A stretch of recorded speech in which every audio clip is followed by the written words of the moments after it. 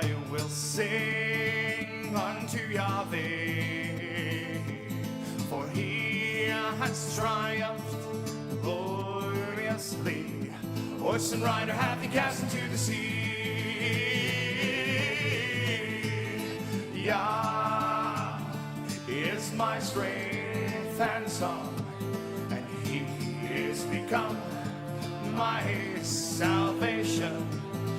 He is my God, and I will prepare him an habitation. My Father's God, and I will exalt him.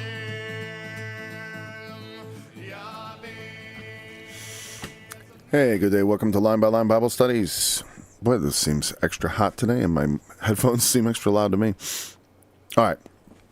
Looks good, though. Okay, we're going to begin Exodus today. We'll just begin by reading the first chapter. We may get through more than one chapter on the day. I don't know. We'll see. I have a mind to move fast, but we'll see where the Spirit leads. Now these are the names of the children of Israel, which came into Egypt. Every man and his household came with Jacob. Reuben, Simeon, Levi, and Judah, Issachar, Zebulun, and Benjamin, Dan and Naphtali, Gad, and Asher. And all the souls that came out of the loins. This just seems right. I'll back it off slightly. One moment.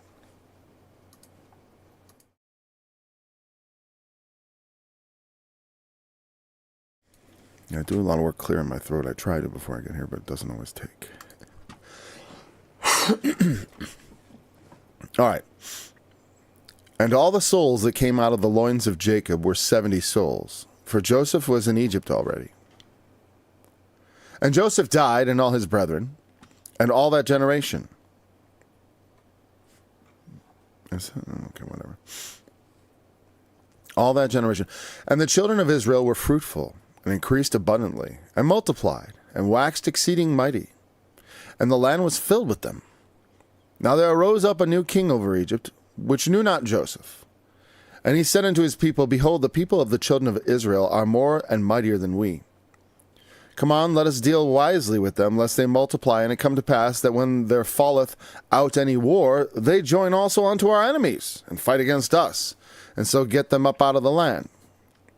Therefore they did set over them taskmasters to afflict them with their burdens. And they built for Pharaoh treasure cities, Pithom and Ramesses.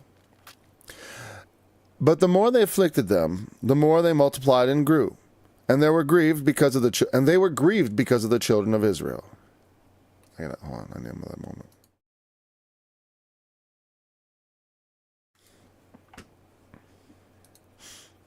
And the Egyptians made the children of Israel to serve with rigor. And they made their lives bitter with hard bondage in mortar and in brick, and in all manner of service in the field. All their service wherein they made them serve was with rigor. And the king of Egypt spake in the to the Hebrew midwives, of which the name of the one was Shiphrah, and the name of the other Puah. And he said, When you do the office of a midwife to the Hebrew women, and see them upon the stools, if it be a son, then ye shall kill him. But if it be a daughter, then she shall live. But the midwives feared God, and they did not as the king of Egypt commanded them, but saved the men and children alive. And the king of Egypt called for the midwives, and said unto them, Why have ye done this thing, and have saved the men and children alive? And the midwives said unto Pharaoh, Because the Hebrew women are not as the Egyptian women, for they are lively, and are delivered ere the midwives come in unto them. Therefore God dealt well with the midwives, and the people multiplied, and waxed very mighty. And it came to pass, because the midwives feared God, that he made them houses. And Pharaoh charged all his people, saying, Every son that is born shall ye cast into the river, and every daughter shall ye save alive. I wonder if we should continue first before maybe we should read chapter 2 also.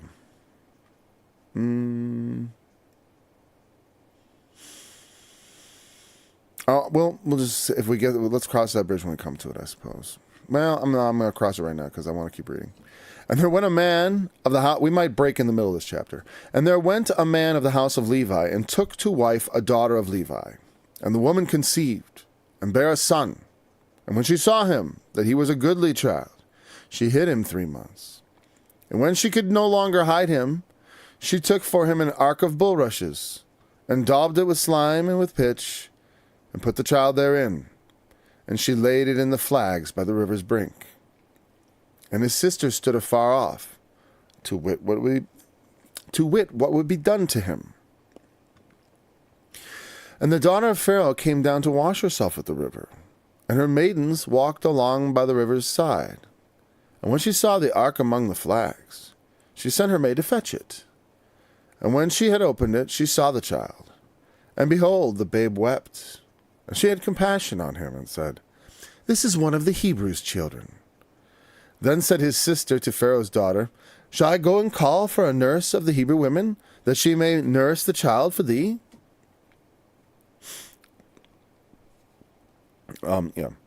Said his sister. And Pharaoh's daughter said to her, Go. And the maid went and called the child's mother. And Pharaoh's daughter said unto her, Take this child away, and nurse it for me, and I will give thee thy wages. And the woman took the child and nursed it. And the child grew, and she brought him unto Pharaoh's daughter, and he became her son. And she called his name Moses. And she said, Because I drew him out of the water. And it came to pass in those days, when Moses was grown, that he went out unto his brethren, and looked on their burdens. Okay, we can stop. We're not going to go that far. We're not going to get to that part. That's where we'll break in the reading for today. I just want to get through that story of Moses' nativity. All right. Now, the names of the children of Israel. Those are the 12 tribes, of course. Reuben, Simeon, Levi, Judah. Between the mothers, Rebecca and Leah. Or Rachel and Leah. Sorry, Rebecca was Isaac's wife, but Rachel sounds similar. Easy to confuse. And then Rachel and Leah. And, of course, the handmaids for the other sons. And we talked about all that in Genesis. All right, so all the souls that came out of Jacob's loin were 70 souls. That's including the grandchildren.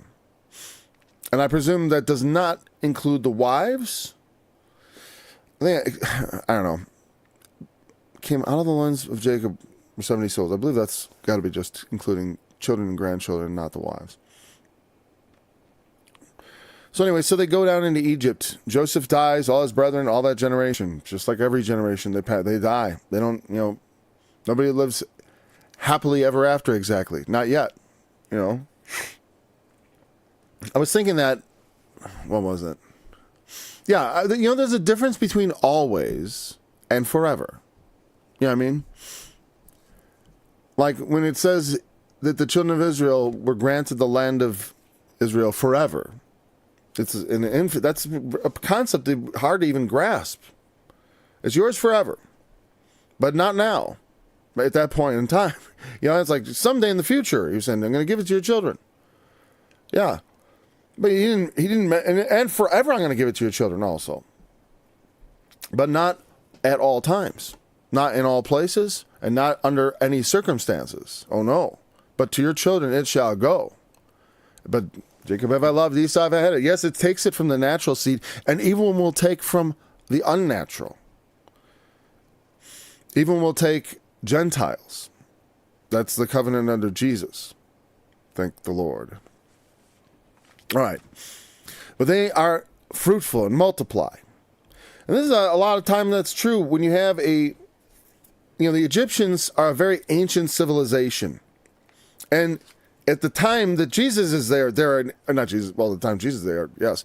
At this time that we're talking about, it was an ancient civilization.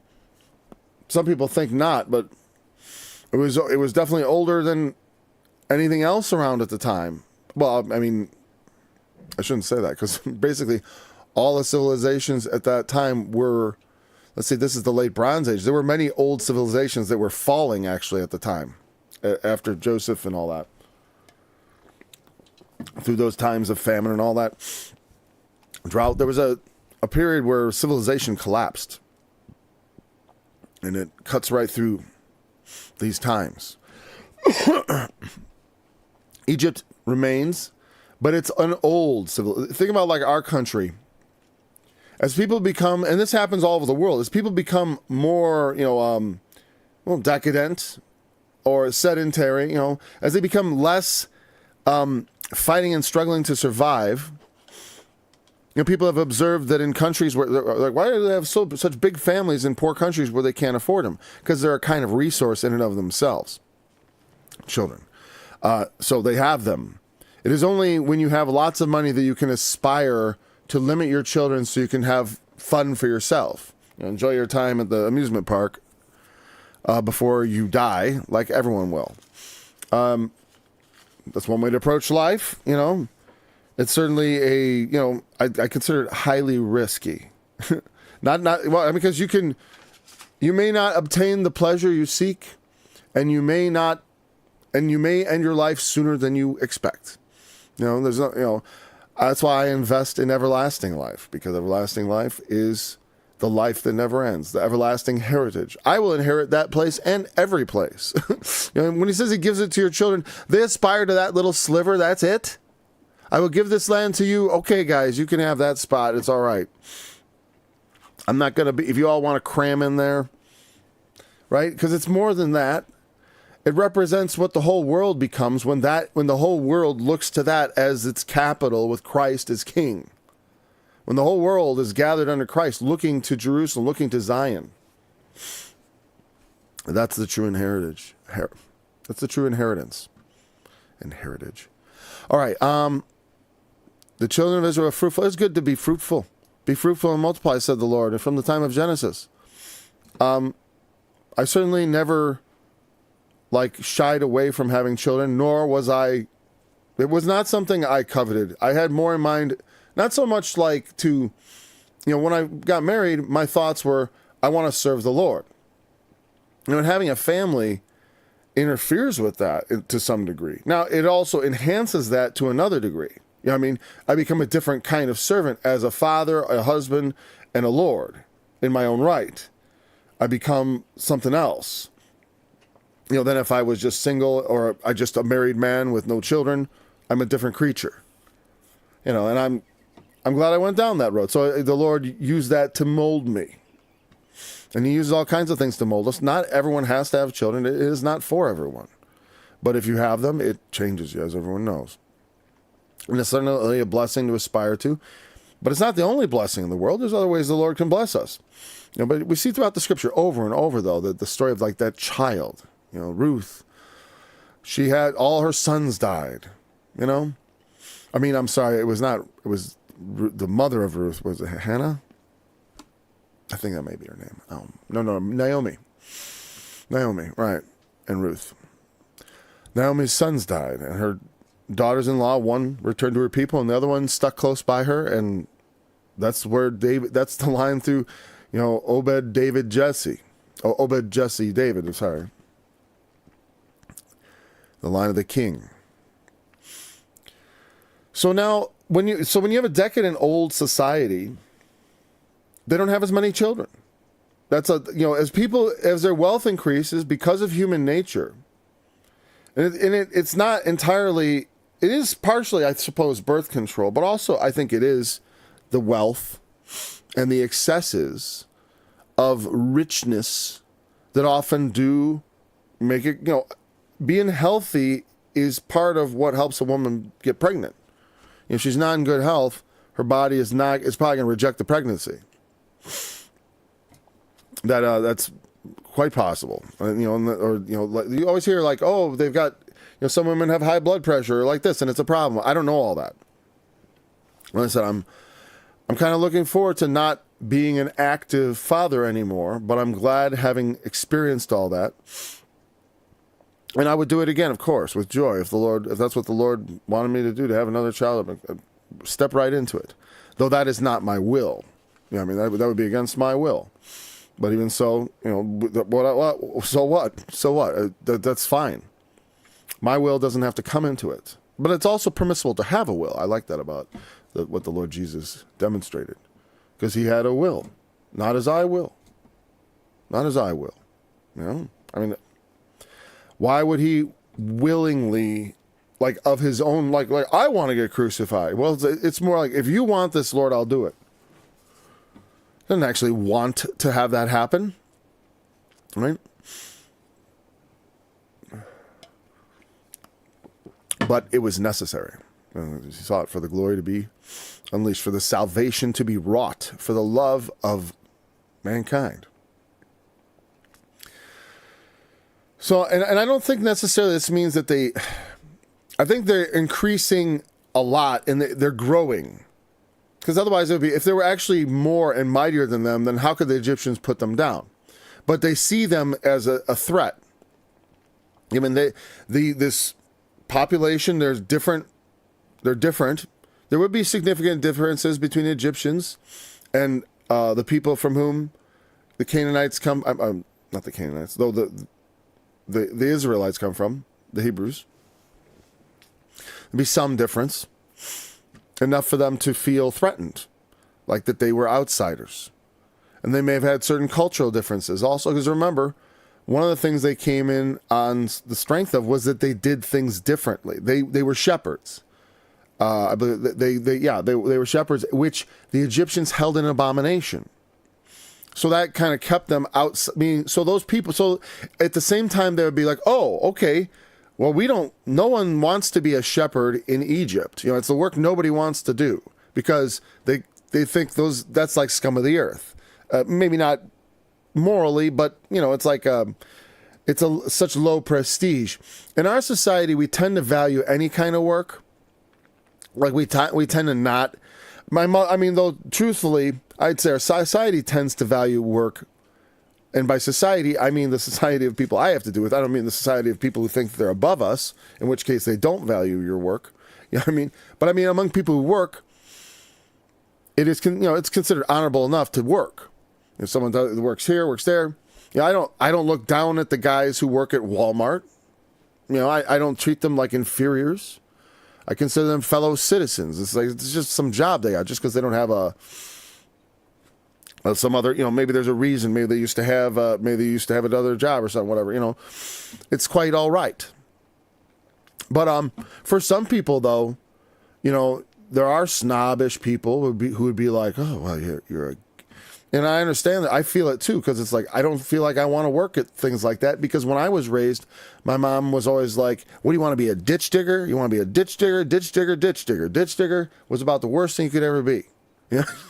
Because I would actually, I think because I expressed sentiments of things I thought I might like to do and how I didn't like school, which was roundly discouraged because I was a very, I was a bright child, and did well in school, tested well. So all that stuff was degraded towards me. And so that's how the Hebrews were kind of in that state too. They were, it's sometimes, so like when you need people to do jobs that you don't feel like that you're above, you know what I mean? At one time, you could see how the government would be happy to have, at first at least, to have them come in. But as they become more numerous, the natural, what would we call it? The prejudice and the hostility against outsiders is very common. And so they begin to become an oppressed minority, right? Let's deal wisely with them, lest they multiply. And it come to pass that when there falleth out any war, they join unto our enemies and fight against us, and so get them up out of land. And they're also worried about them leaving. Because just like in our society, one of the reasons there is a need for manpower. Because there are jobs that are not being taken. True. And also they're like I said, sometimes they're going to price people out of jobs with raising the minimum wages to these insane levels, because some people just aren't worth $20 an hour. And that's the thing. Until $20 becomes worthless, then yeah, we're worth 20, right? Maybe with inflation, we are worth $20 an hour, because $20 an hour is $15 an hour last year or a couple of years ago or whatever, so that's reasonable. As far as that goes, yeah, wages should rise with inflation, but they don't, But putting your finger on the scale, the problem is they put the finger on the scale all the time, but against people. You know what I mean? Oh, they don't, I understand all the economics behind it. I'm a big fan of Thomas Sowell, but the problem is in reality, it isn't, we don't live in some sort of free market or anything like that. In reality, they put their thumb on the scale to make the market not so free. They put the thumb on the scale so that your voice isn't heard. You can't say that in your Bible study. I can't. Whatever. Then throw me, and I can. Eventually, they'll throw me off the platform. And you can go to oraclesofgod.org afterwards and find out where I am, because that'll be there for a while. I don't think there's no reason I've never said anything particularly controversial. I mean, I guess I have doctrinally, but nothing that would interest corporations. It's just purely in the spectrum. Well, except for my Culture War Songs page, where I have my. I'm not sure if that's the right name for it. Okay. They have this fear of them as a suppressed minority. They set taskmasters over them, afflict with their burdens, which they built for pharaohs, and then they built him these cities. So this is a process of turning them into slaves. They start off coming in, filling in jobs that nobody wants, and they're honored. They have an honored person who's sort of up there with the Pharaoh, Joseph, and then successors. Oh, Joseph's descendants, yes. And then after a while, it's just who are these people? Who are these people? Because they don't continue to ascend into government. Apparently, that's the one way in which this is the first time in the Bible. Not the first time, but here's a good place in the Bible where we see the Jews not behaving in any stereotypical way by infiltrating Pharaoh's government or doing something like that.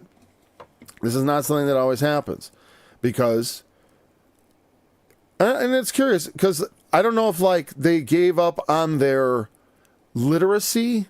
I always wonder about the culture of the Hebrews during the time after. There have to be some element of preservation of those traditions because they knew who they were, obviously. They knew who their fathers were. They knew the names. That's the kind of thing people remember. When there's I remember when they were talking about parts of the New Testament, like the earliest parts. I mean, the parts that are actually reflections of oral traditions, like things that were repeated before anything was written down. Like Paul talks about the gospel that I preached, that Christ died. He was, there was this sort of mantra-like layout of the facts of the facts on the ground as far as with Christ.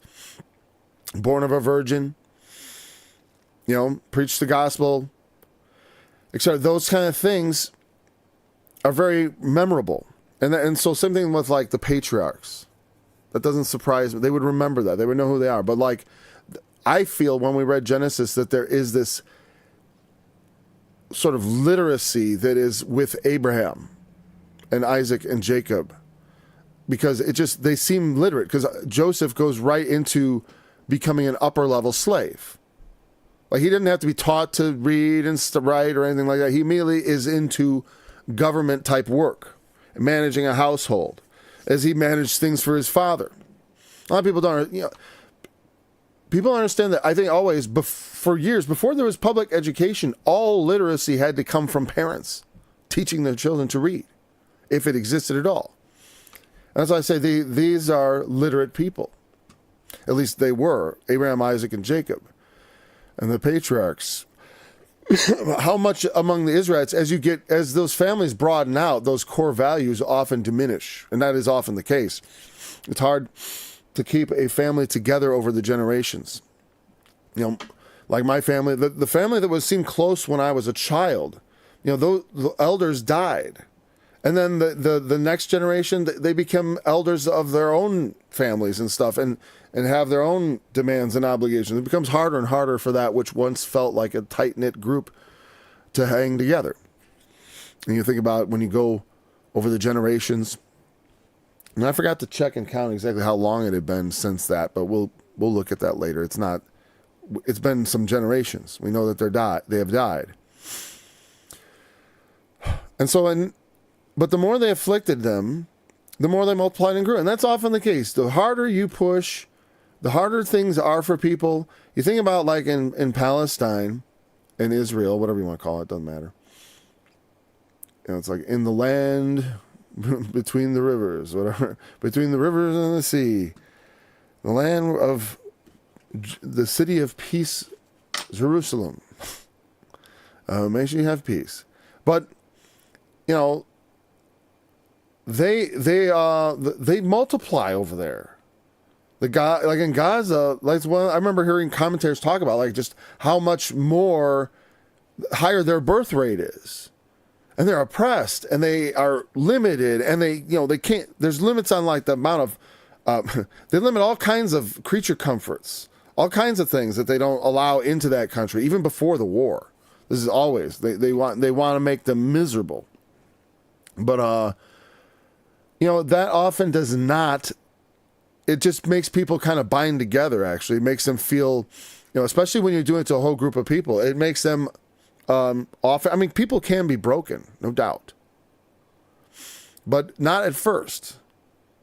The people try to afflict, and people will resist. Free people are accustomed to being free.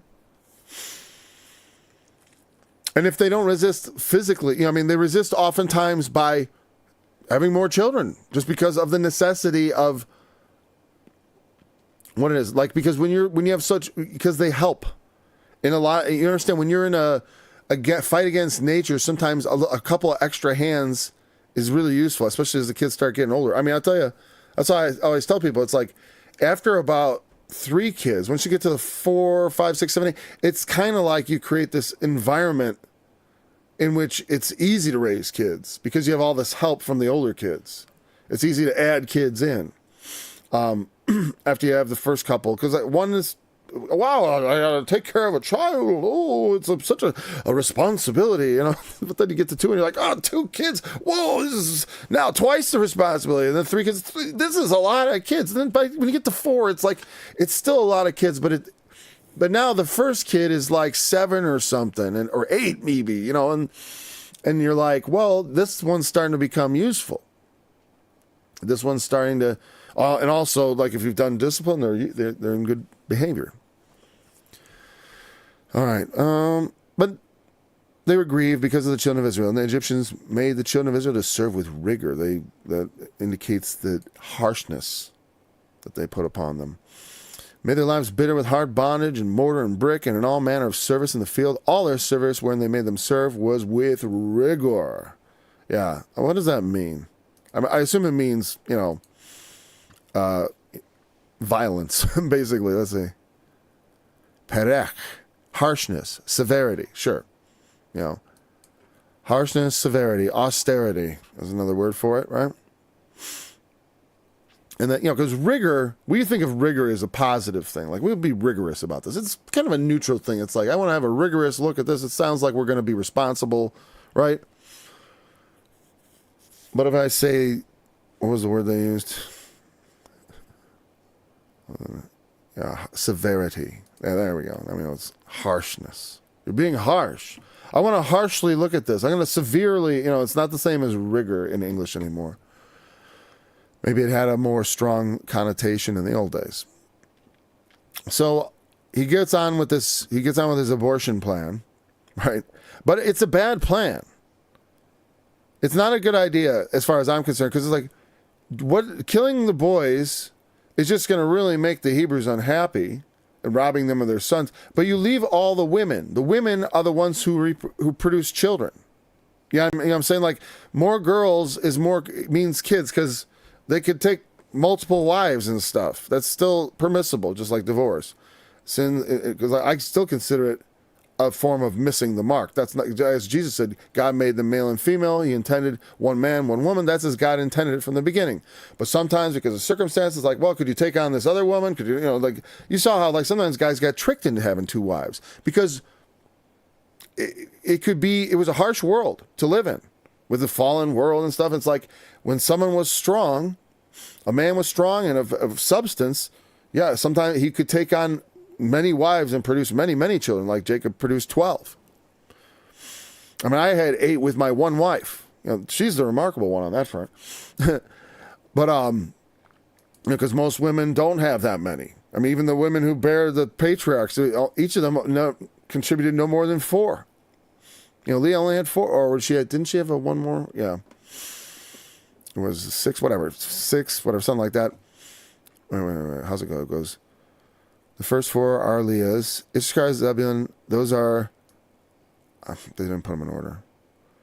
I thought I forgot. I remember there was 2. Let me just count them. 1, 2. Benjamin, of course, is one of the sons of Rachel, and Dan, Naphtali, Gad, Asher. Yeah, 2 of those, 4 of those are from servants of these 6. And then there were 2, there were Leah's. So she had 6, I believe, right? Yeah. That's how it went. Something like that. She had a couple late, as I recall. Don't quote me on that. I don't mind being wrong. That's one of the reasons I used to, scrupulously edit my Bible, so I didn't want to put any wrong information out there. But now I just say, just account it to my, account it to my human nature that it isn't going to be perfect. And the Egyptians made the children of Israel to serve with rigor. Okay, I went through that. All right, so then he goes to the midwives and says, hey, kill the boys, save the daughters alive. But they fear God. They don't do that kind of thing. They don't kill babies. Infanticide. In Egyptian, they were like, oh yeah, whenever an ugly one comes out or one missing a part, we just throw them over the cliff, right? Maybe not. In some societies, that would be the case. That's why I say it's that kind of a deformed children often were just put to death. Because it was seen as a sign of, well, this one's not, and there could be problems. Is it worth raising this one, We're very compassionate in our attitude towards the handicapped today, but in the old times, it was not always so. I mean, mothers often were, but society looked at it sometimes in certain societies were very unkind to people with deformities or handicaps. And the king of Egypt called for midwives. Why have you done this thing? You've saved the men child alive. So then they go to Pharaoh and they say to him, well, the Hebrew women are not like the Egyptian women. There's a little white lie. That's what I'm saying. It's like, you put me in the right circumstances, I'm going to be tempted to lie because I do not always have a ready answer. But in those circumstances, I would like to look to the Holy Ghost and hopefully be able to say something true that did not betray whatever it was I wanted to conceal from the wicked. Because sometimes the wicked do not have the right to all knowledge, to know where the innocent are hiding, and such things. And to know why I'm not doing their evil command. That they do not, I do not owe that to them. The normal sort of deference that I believe is my duty to give to authority, to the law of the land, to the thing, that is all up until the point they themselves start breaking it from their position of authority. And I still honor the law and the authority, but in those places where that's intersecting, that becomes a place where I'm actually obligated to fight against it, at least with my words. Because, I think I look in the prophets and of course also in even the Gospels, you look at how Jesus lived his life. Now, he didn't have much to talk about the Caesar and the Romans because that wasn't his primary focus. That wasn't who was in immediate authority over him anyways. It was the temple and the priesthood and the Pharisees all sitting in Moses' seat telling everybody what's what. So anyways, they are tempted to lie, a little lie, but God is forgiving. If God should mark iniquity, who would stand? But here we go, right? They are lively and deliver ere the midwives come in unto them. They're delivering them before we get there. You'd be like, well, I don't get that part. It's like, well, then kill the baby when you get there. It's like, well, it's hard to get it away from the... What is the point? I guess they kind of wanted a sort of a... just like the moment it comes out, just what, you kill it before the mom knows that it's not alive? Or, pretend it's stillborn? It's so awful. Anyways, God dealt well with the midwives because of this. Yeah, well, he would, right? What about the midwives of our day? Well, midwives deliver babies, obviously. I'm thinking about we don't we don't generally, they do perform.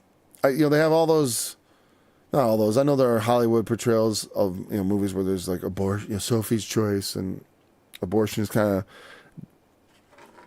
of glorified, and because the thing is, whatever, people always think like, oh, it's always the wrong thing. It's always the wrong thing. There's always a better choice. Giving up for adoption or bravely facing the consequences, or, it's better to, as I instruct my children, to abstain from fornication. To not be a fornicator will keep you from abortions, greater sins, And a lot of people don't know what they're doing. They don't understand the nature of it because they're always told these lies like, oh, like they only think in terms that satisfy their conscience, because they don't want to allow the thought that I'm killing a baby.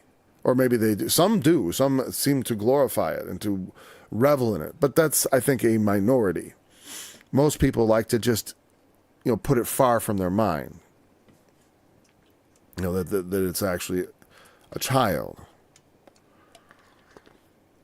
It'd be impossible for these midwives to do that. So I would think he would deal well with them for them not killing the children as they come out.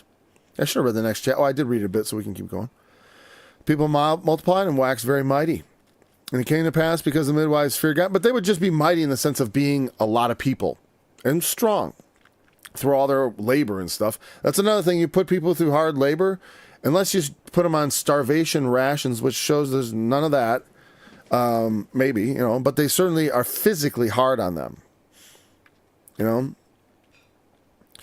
But Pharaoh, okay, he charges his people, saying, every son that is born shall you cast into the river. Every daughter shall you save. He tells all his people to now do this.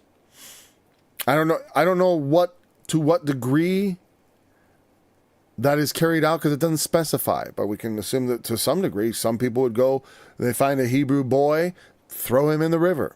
It's perfectly, it's perfectly legal. It's legalized infanticide. To sort of, I guess, watch the Hebrew women and their pregnancies and catch the boys as they are born. So then there went a man of the house of Levi. That's of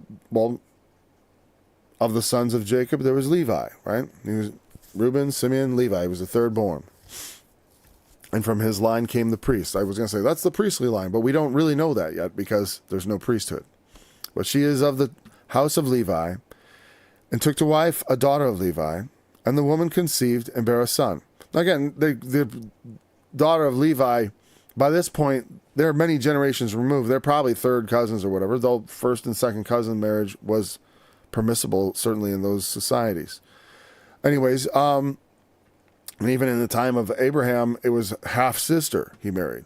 So, and a lot of times these things are just like, you marry so-and-so. It's like, it's not necessarily, like when Isaac got his wife, literally a servant just went and got a woman and then comes back with her. Unfortunately, they liked each other. It's not always, I mean, you can still get along with being married to a person you're not in love with can seem bad. I would think it was bad because I'm a very romantic sort of guy. So I have this impulse, but I think that it's also not necessary entirely. Loveless marriage, you got to at least love in action, though. I mean, show affection. It's affectionless marriage has got to be terrible.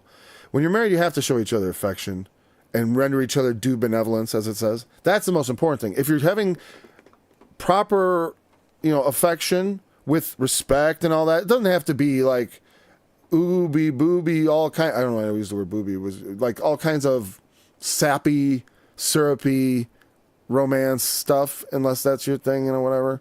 Sometimes I think it can be too much, But anyways,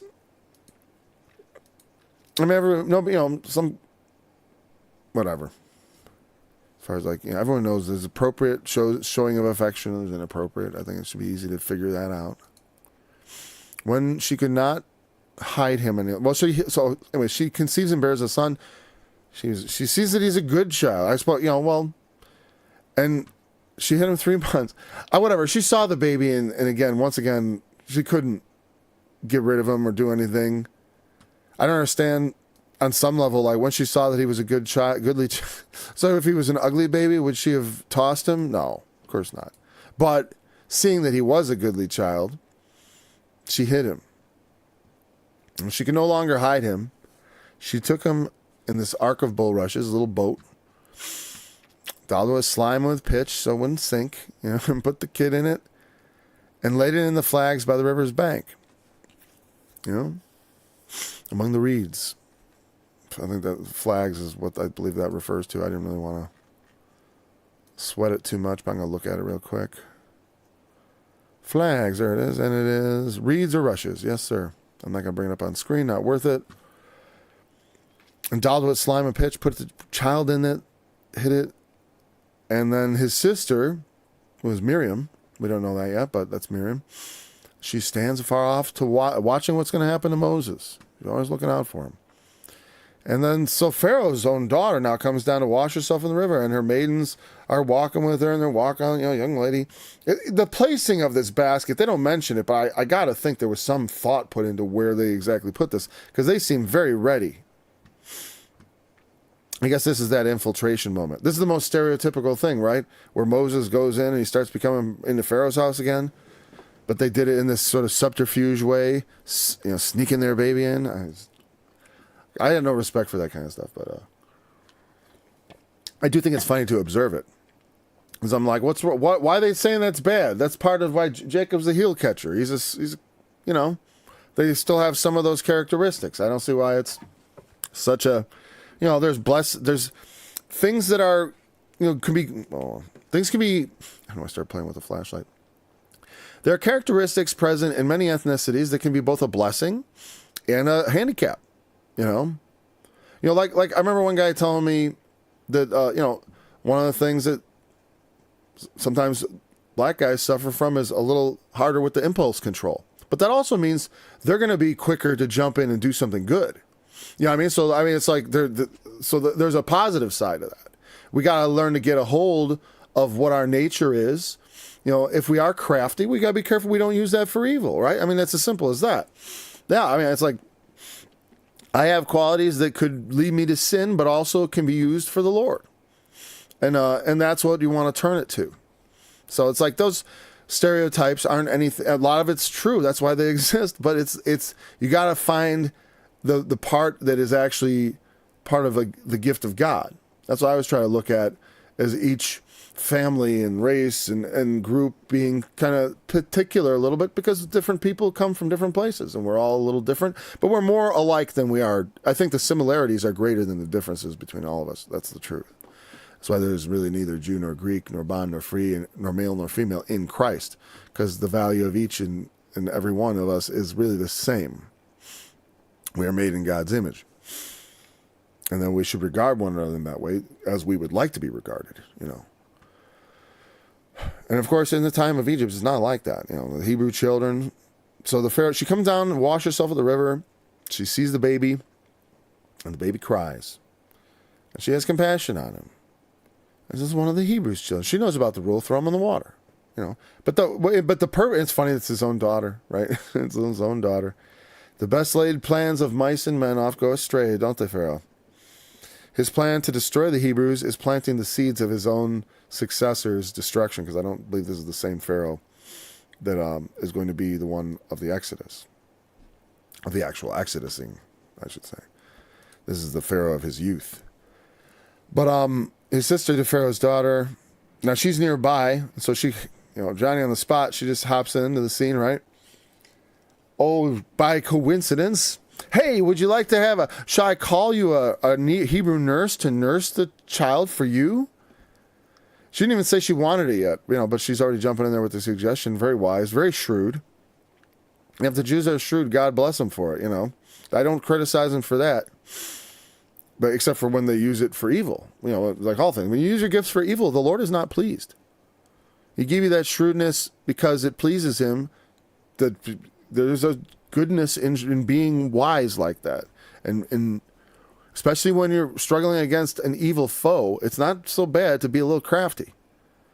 Being just all straightforward and, that I've had to learn that, because I was always it may not seem it, but sometimes I find, being inflexible is very comforting, because you have that sense of like, okay, everything is as it should be. But I have to, following rules, always just doing what you're told. It's a very, just do what you're told, follow the rules, do what you're told, follow what you're doing. It seems like the way to go. It's an easy path to follow until they ask you to deviate from the right path. And that's what I said. Then you have a kind of a duty to resist. And that's something that, for me, was something I had to learn. Because I was different. I was very deferential to authorities. I was deferential to my parents as a child. I didn't, I knew about the 10 Commandments, honor your father and your mother, but I never thought of doing otherwise. Except for all the dishonorable behavior down the road. Anyways, the maid calls the child's mother.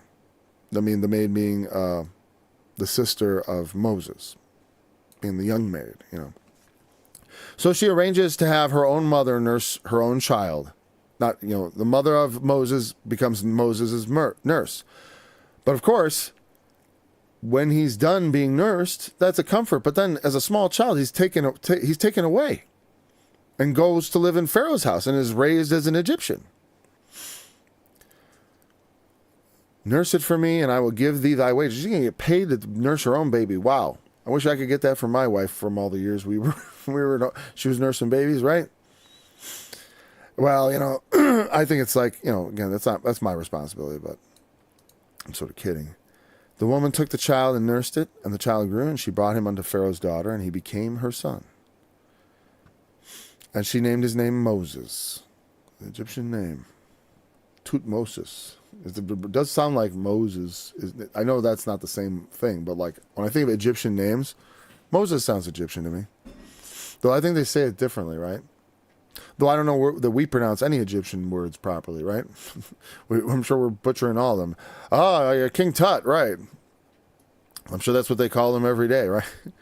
Right? And she calls his name Moses because I drew him out of the water. That his name means drawn out.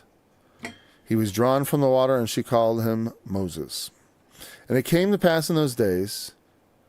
Okay, now we're on that. Well, we better read this. This is where we got to, and how much time we got. We got to keep going. We got at least an hour of Bible study. It came to pass in those days, when Moses was grown, that he went out unto his brethren, and looked on their burdens. And he spied an Egyptian smiting an Hebrew, one of his brethren.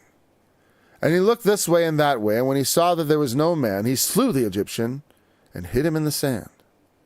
And when he went out the second day, behold, 2 men of the Hebrews strove together. And he said to him that did the wrong, Wherefore smitest thou thy fellow? And he said, Who made thee a prince and a judge over us? Intendest thou to kill me, as thou killest the Egyptian? And Moses feared, and said, Surely this thing is known. Now when Moses heard this thing, he sought to slay... Now when Pharaoh heard this thing, he sought to slay Moses. But Moses fled from the face of Pharaoh, and dwelt in the land of Midian.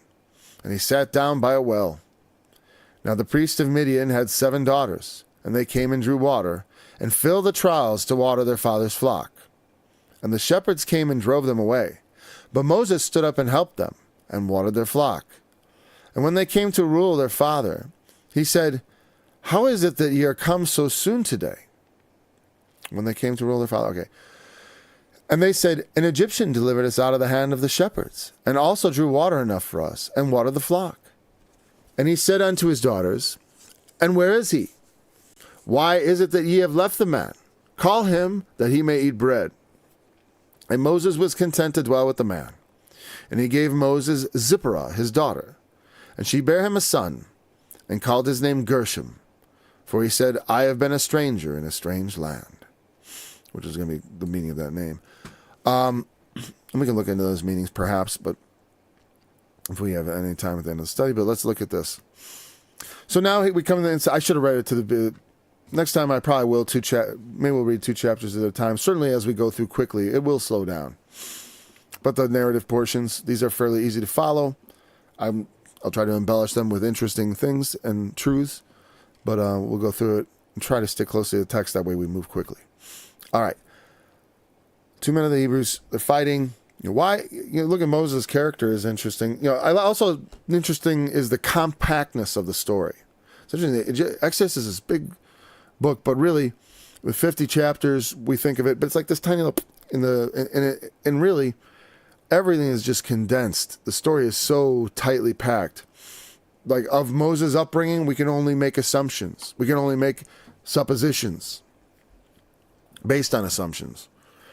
And so I'm not going to engage in much of that, because we want to get to the point of where we're getting texts that are going to really inform our understanding, which we will. And so the law is a schoolmaster, and we will take its lessons in the light of Christ. Okay. I went too far, though. We were here. So the child grows. She calls his name Moses. We got that. So he sees an Egyptian smiting in Hebrew one of his brethren. I don't know if that's actually his brother or it just means the Hebrews are his brethren. So obviously, we don't know how, but he knows he's not an Egyptian. It's very possible that he just looked different, and it was never a secret that he was an adopted son. It was probably, he was raised as one of their children. It was a common practice often to adopt, because when they live with you, the Romans did this a lot with the people they made war on. The Hebrews did it often too with war captives and slaves. It's also possible to take one of their children as your own, especially if it's not like in America where we had this racist-based slavery, or just all these. But certainly there was rape that it was engaged in on enslaved people, but there wasn't like the whole, you'll be my son, no, because society wouldn't accept that. Now, sometimes there was more or less affection shown to children that were sired through rape of enslaved people, which is the only way. You can't really call it anything else but rape, even if because they're enslaved. Anyways, but in this case, he takes him in good faith, for the most part. Not that he's going to supplant his natural seed, but there you go. You have your little son, my daughter. She's probably a teenager, probably wasn't even, maybe not even old enough to have a child. Who knows? But anyways, Moses grows up. He knows who he is. He looks on their burdens. He realizes these are my brethren. These are my people. Maybe he knew something about the Hebrews. It seems he must, on some level, like I said, they all do, a bit. They know who their fathers were, They know who they've descended from. They haven't forgotten that. Pharaoh forgot Joseph, but the Hebrews did not forget who they were. And so he sees the Egyptians smiting him. And they're ethnically different. That's what I was going to say also. Even though, I'll say this, what's funny is, now it depends on where you are. And this is the way I look at this. In Egypt, Moses was obviously not an Egyptian to them. But out of Egypt, he was obviously an Egyptian. And how is that possible? Well, probably his clothes and manner of dress and the speech. Because he would speak, probably, if he had multiple languages, perhaps with an Egyptian accent. Learning both the language of the Hebrews and the language of the Egyptians, I suppose. It would probably have been common of all the people living in there at that time to know those languages, and at least know some of the Egyptian, at least to know when not to get hit. And here's a Hebrew who doesn't know, he's getting hit. So he looks this way and that way. When he saw that there was no man, he slew him and buried him in the sand. He kills somebody, hides his body. That is a sin. Now he's doing it in the defense of someone. But that's, I understand it. He's feeling affection for his brethren. He's watching an Egyptian beat him. Like, if I walked into my house and found someone just beating one of my sons, it would be hard for me to control my emotions and my anger. So in a certain way, I could see how someone could go overboard in their response. Like, it says he slew him. Did he intend to? Well, maybe he did. In the moment, he certainly did, I think. Like I said, in the moment, I might kill someone intending to kill them, but not knowing what I'm doing in a sense because I haven't thought about it. I'm just like, you're beating my wife. I'm coming at you with everything I got, and it's everything I got, and I want I want to put it on you, boot to the head or something. And then maybe follow up. I get it. That's human nature. We should resist that. I mean, obviously we should just restrain and then get the authorities. And it's like, but these days you feel like, well, we're all right. I'm being distracted by some pain. It's going away. Okay. Murder obviously is wrong. There are often mitigating circumstances. They call it heat of passion or something like that. A crime, when you're in the heat of the moment, sometimes they call it temporary insanity, because you do something that you're not really thinking. You're more just reacting. Now I don't know. I can't say what I would do. That's why I say I know I shouldn't do it. But do I know I wouldn't do it? I don't. I don't know that for a fact because I've never been in that situation. I don't know what I would do exactly, but I would definitely do something. I'm definitely not going to sit there and twiddle my thumbs. Going to take action. Moses took action, but his action put him in danger of being killed himself. He went to the second day, and then look, there were 2 Hebrews. Now he's trying to sort out, why are you smiting your fellow? You're the one who you did the wrong. Why are you fighting? Why don't you? You should be apologizing or something. You did someone wrong, and now you're fighting with them physically. And then he said this famous line: "Who made you a prince and a judge over us?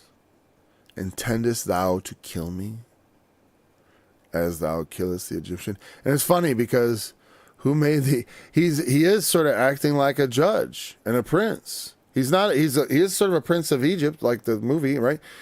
Sort of. I mean, he's Pharaoh's daughter's son. He's probably well dressed, a young man, and that's, I think, what he's referring to. Who do you think you are? A little prince, a judge over us? Are you going to kill me like you killed the Egyptian? And Moses immediately fears, of course. Whoa, it's known.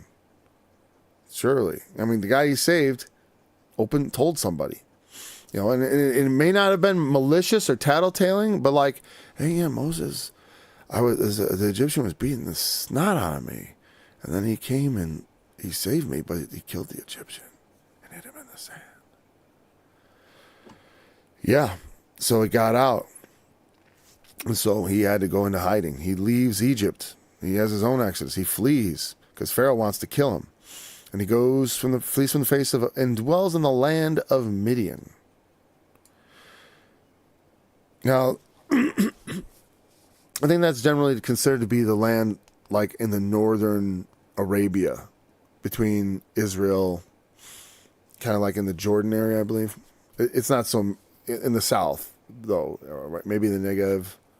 I don't know if it's the Negev, but south of Israel, that's for sure. So he goes and dwells in Midian. Midian, of course, you will remember, was I believe the firstborn son of Keturah, Abraham's second wife. After Sarah died and bare him Isaac, he had other children, including Midian. And of course, there was Ishmael. And those two groups are often closely associated with each other. The Midianites and the Ishmaelites occupied a lot of the same general area and are probably both the progenitors of the modern Arabs and stuff. And they're all the seed of Abraham. All right. Now they don't all have the promise, right? In the fleshly, technical sense. You know what I mean? But they are not counted for the seed. You get counted for the seed. It's according to the promise. Back then, yes, it was a promise to natural seed, but ultimately not to all the natural seed. And that's obvious. Just to those who are the children of promise, the ones who believe. That's what with many of them. With many of them, God was not well pleased. Why? Because they lacked faith. And their lack of faith took the form of murmuring in the wilderness, grumbling and complaining and all these things. That was, and like you think about it, it's like, well, we're going to get to that, right, in Exodus. So anyways, he dwelt in the land of Midian, and he sat down by a well. Now the priest of Midian, that was a rule, he is a priest of Midian. And what sort of religion? Well, those are usually, I believe it's some sort of Abrahamic descent, because he was a descendant of Abraham. And so I don't know necessarily it was worship of many gods or anything like that, but he was some sort of priest of God. And that's very important because Moses spends 40 years with him. We didn't get to that point, fact yet, but that's what's about to happen. I believe he's about 40, and he spends 40 years with him and then 40 years in the wilderness. His life divided into those epochs, I guess you'd call them. Quite an epoch. I mean, when I was 40, it was not long ago, but I was, it definitely felt like a change. I went from being a young man to being something else. Yeah, up till 40, I felt the young man. I felt the world looked at me as sort of the young man and no more. That's somewhere along the lines that just evaporated. Oh, like they said to Jesus, thou art not yet 50 years old. I am 50 years old, so there we go. So I get that part. Of course, we don't respect age very well in our society, and age itself isn't worthy of respect. You shouldn't respect people's persons, but to the degree that they, respect of persons is one thing, meaning giving people undue deference just based on their position. That's one thing. It's another thing to be respectful towards people, as you should be. To deal with people with kindness and respect as you would like to be treated, of course. Okay, so the shepherds come and they're driving them away. They won't let them water their flocks. We're here. We're doing this. So Moses stood up and helped them. He just stood up to the shepherds. As soon as a man was there, they were kind of, someone to stand up to him. They were apparently not a real force. And when they came to rule their father, he said, how did you come so soon today? Because usually they have probably to wait till all the shepherds are gone. And they don't let them water their flocks, so it takes longer. And they say, an Egyptian deliver us out of the hands of the shepherds. And of course, the Egyptian being Moses. But like I said, how do they know he was an Egyptian? He maybe told them, I'm an Egyptian. Maybe they had a conversation that's not recorded. Or he just looked like an Egyptian to them because they were not in Egypt. In Egypt, they would easily know he's a Hebrew. But in this place, not. So I think Abraham, he knew exactly who he was because I think it was probably impossible to hide. If there was any similarities between the Egyptians and the Hebrews, they were probably not present in Moses. Right? So he was distinctive. I think. That's just an opinion. And he said to his daughters, well, he was a goodly child. He was good looking. That's one of the things that implies.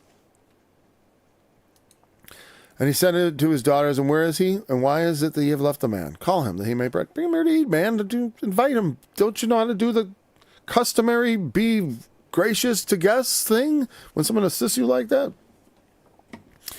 We have lost a lot of that sort of civility and welcoming and sort of, I don't know. I think it comes from people living more atomized lives, lonely lives, not having big families to come to. When my house is often, a lively house, not as lively as it used to be, because not everyone's here is like they used to be. They're off doing their things. But when we all come together, it's quite lively. And there's a lot of reasons for us all to come together. But small families, not so much. Meaning there's just, when you come together, it's not a big deal. When in the future, God willing, I look forward to having like all the children and grandchildren. It's going to be quite a big deal. It's already a big deal. But honestly, like I said, when I was thinking I was going to be a father for the 9th time, it really, I can't really think of it as anything other than a blessing. Even though I kind of want to be done and do other things. Because it's always been a blessing. It's always been a blessing to me. And if the Lord wanted to take more of my life and use it to bring another person into the world, I would gladly do that again. Because like I said, it's not for me to say who gets to come into the world. Like I said, we weren't actively trying to have children, but I've never been particularly good about avoiding it. So, as Moses was content to dwell with the men, he gave Moses Zipporah, his daughter. And he came, he met these people, 7 daughters, hey, no wonder he was content he had his choice of them there, and so he gives him Zipporah. I'm sure she was a fine lady of all, 7 daughters. He's probably doing a good job. Like, I had 7 sons. I feel like I didn't do quite as good with my daughter. I mean, she's a fine girl, young woman, and all that. I mean, as far as like, she got mistakes the way my first son took mistakes, like more, like especially the girl-specific mistakes. Though actually, say I was the most amateurish with my oldest kids, and she was 5th. But still, girls are a special case, right? And if you have a bunch of them, I would think you'd get good with girls, I didn't, so I don't have to worry about that. My daughter herself says she would prefer to have sons, which is funny. She's like, I'd like to have like 3 sons. That's funny. 3, 4 maybe. Well, girls are difficult in their own way. I like girls. They are interesting. They're a different kind of creature.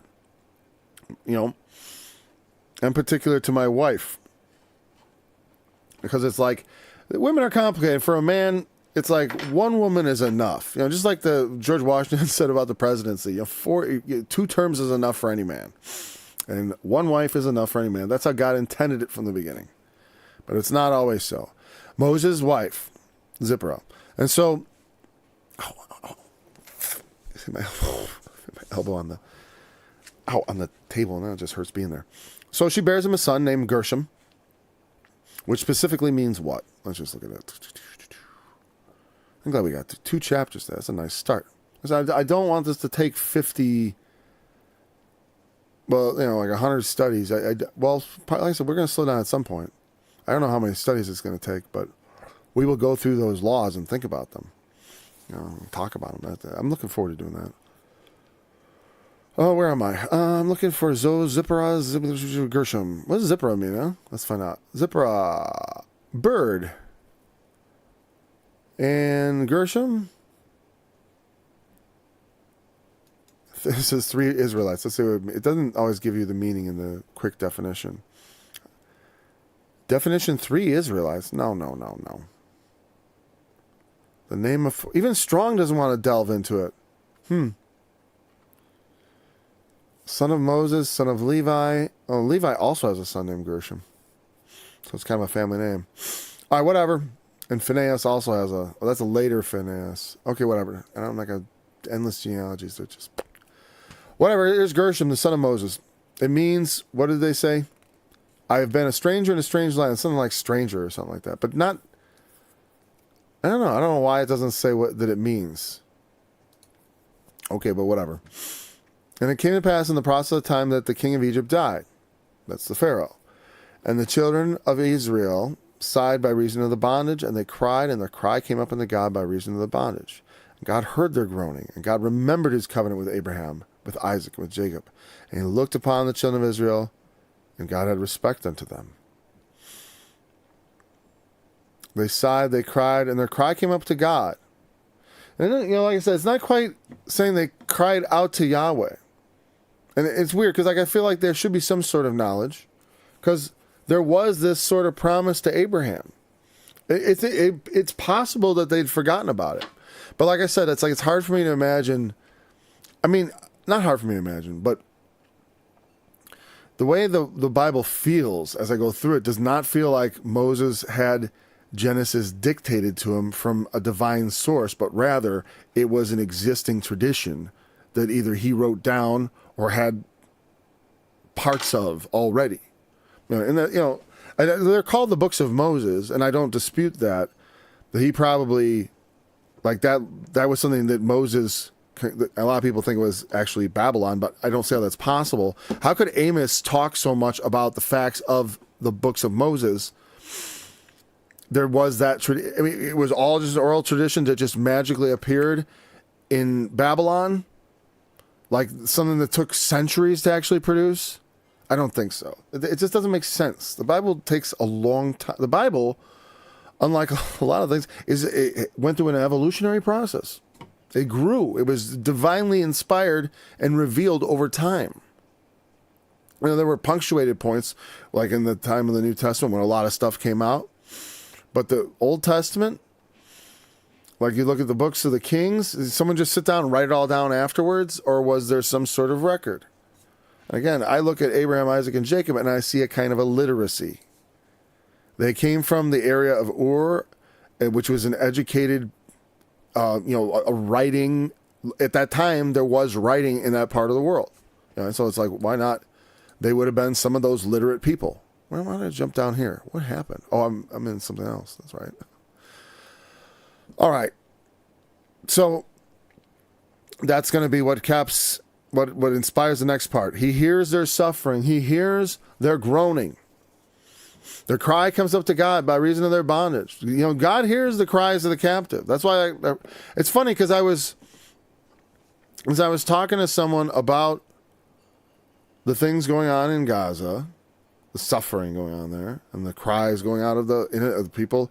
I said, the women and children don't get to vote in those societies. And so the idea that they could be held responsible somehow, and considering there hasn't been an election in 14 years or something like that, that means even the young people who are in that society, they didn't get to vote on anything. And also, I would say it's like I said, from a certain perspective, I know a lot of people who, if that was our country, would be doing just the same things. Now, I don't advocate such things, but the use of violence, and I get sick of this term terror. When a terrorist is attacking something in my country or a country outside of their home country, I understand the thought of, ooh, this is a terrorist. They're a foreigner who's come here to plant a bomb. You know what I mean? And I could see how someone would be like, well, under the law, we're going to look at that somewhat differently. I still think due process is for everybody. Habeas corpus is for everybody, because otherwise it's for nobody. Because they will take it away from everybody. Because because all they have to do is label you. Anyways, my point in saying that, what I was getting at, I was thinking about the cries of those people, and the women and the children, and their suffering. And it's a good thing to think about, because God hears. And people say, oh, well, they got it coming. Oh, I hear such bloodthirsty talk from people. It is very disturbing, the degree to which people are like, yeah, let them have it. Boy, when that's your child, buried under the rubble, or your mother burned alive, we'll see how you feel about it. Because the chickens come home to roost. The Lord is not mocked. We go around the world swinging our weight around. We promised to bring freedom and democracy and the rule of law and all these wonderful concepts. Freedom and justice for all, right? We'll give them an American-style democracy where they can have values and freedom and blah, blah, blah, right? And all we bring is death and destruction and devastation. We would have been better off just taking all the money we wasted in all the wars we've done and just dump it on our enemies. We would have done more good for our country. That's my opinion.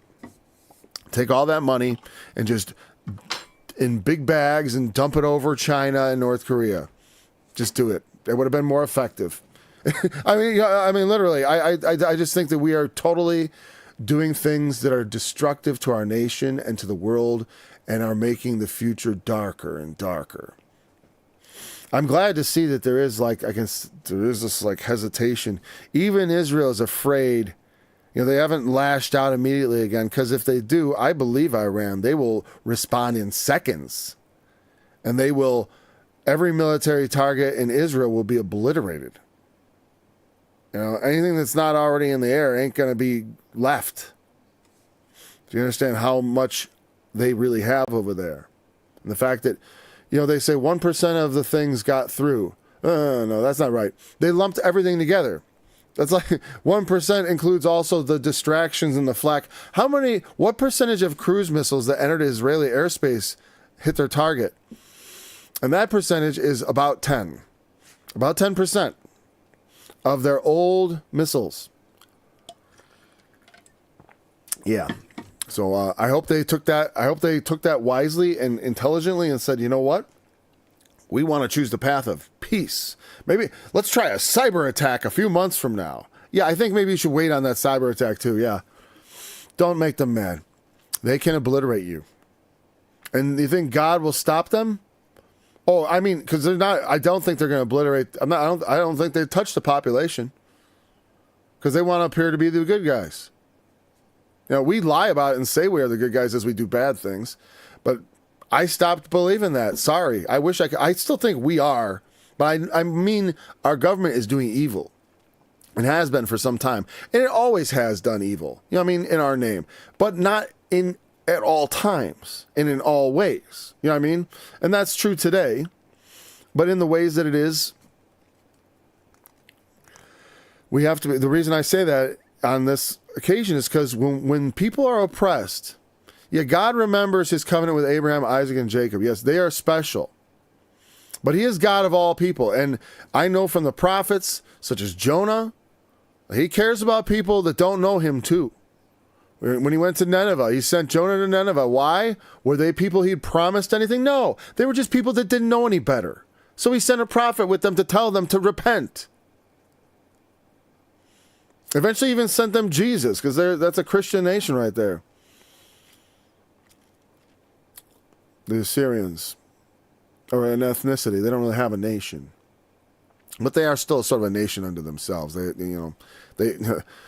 in certain of their areas where they've been tried, because they've been the victims of attempted genocides, and they still are.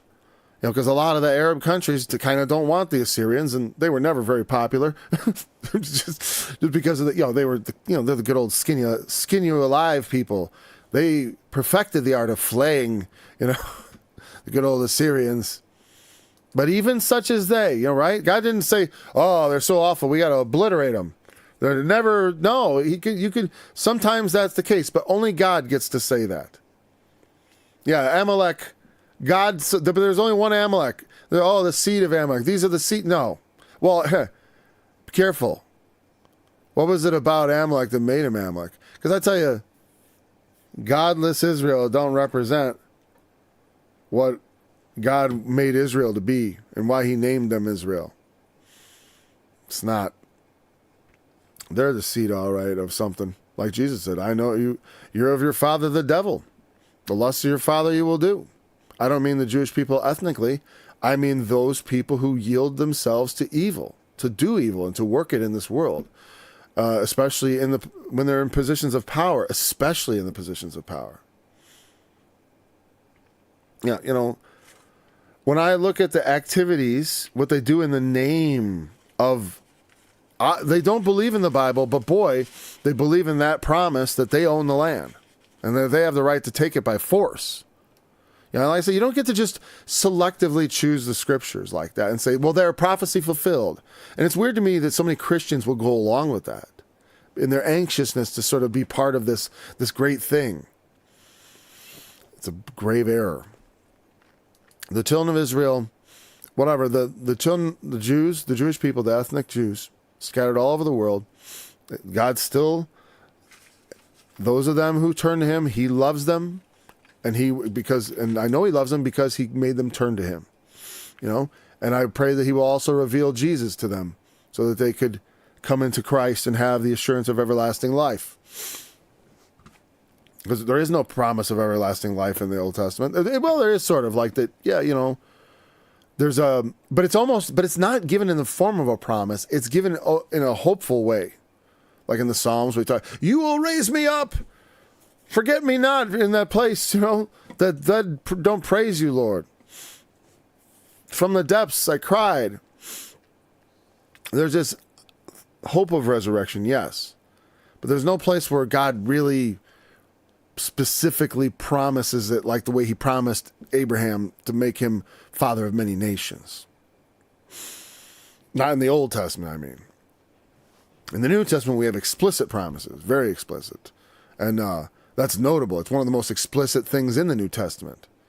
It's very important. Okay, so God hears the groaning. Even if it's not necessarily, they're saying, oh, they got the right formula.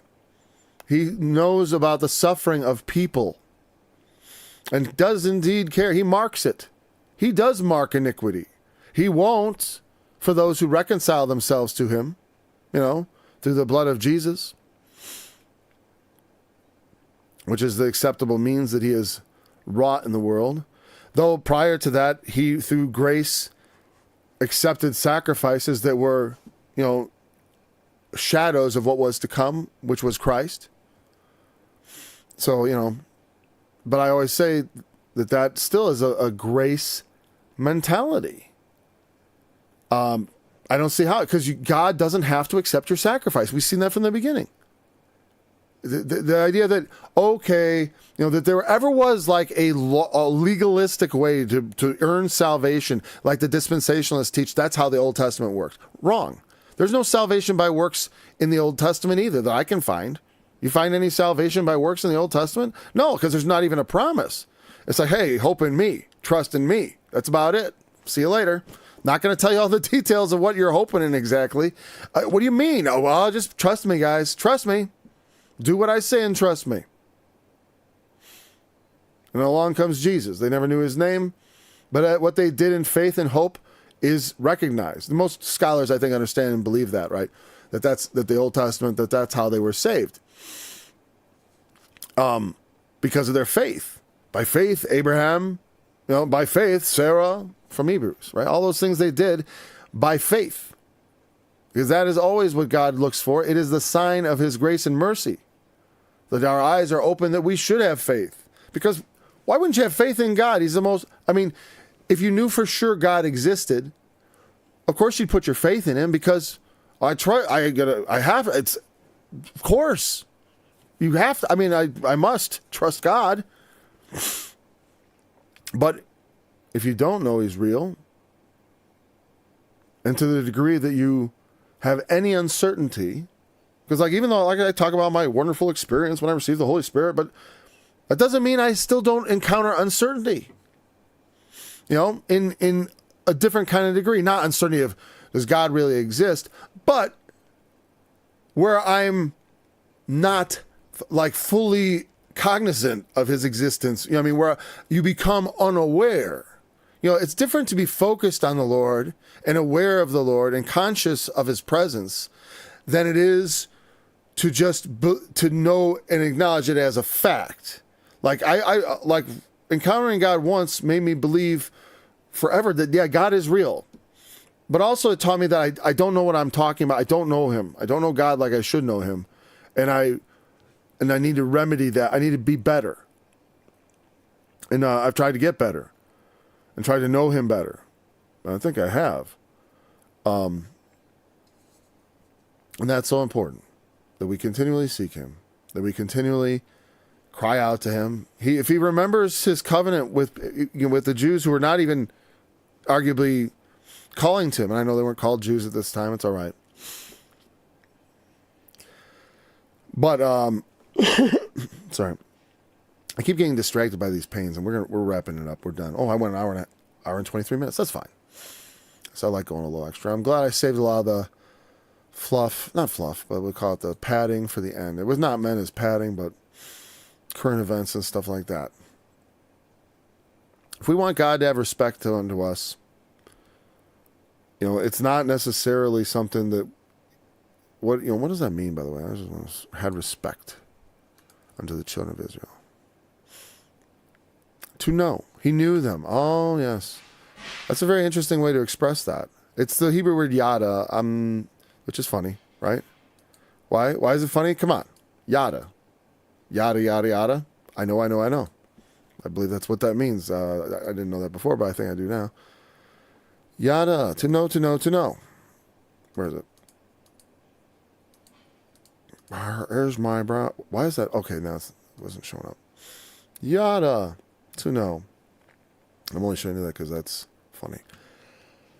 All right. He knew them. Just like Jesus says, I never knew you. It's a way of disavowing someone to say you don't know them. But he knows them. It's to say, like, he has taken knowledge of them, of their suffering. I'm thankful God has taken knowledge of me. And he's revealed himself to me. He's opened my heart to himself. I'm thankful for all those things. I got to summarily finish. I got to go. I'm having trouble putting the words together. Ooh. Remember, the testimony of Jesus is the spirit of prophecy. We'll be back again tomorrow. I think we'll read 2 chapters preemptively so we don't break up the reading like that again. Thanks for joining me. We'll be back again tomorrow. Okay. Where's the music? Come on. I gotta go. I will sing unto Yahweh, for he has triumphed gloriously. Horse and rider hath he cast into the sea. Yah is my strength and song, and he is become my salvation. He is my God, and I will prepare him an habitation. My father's God.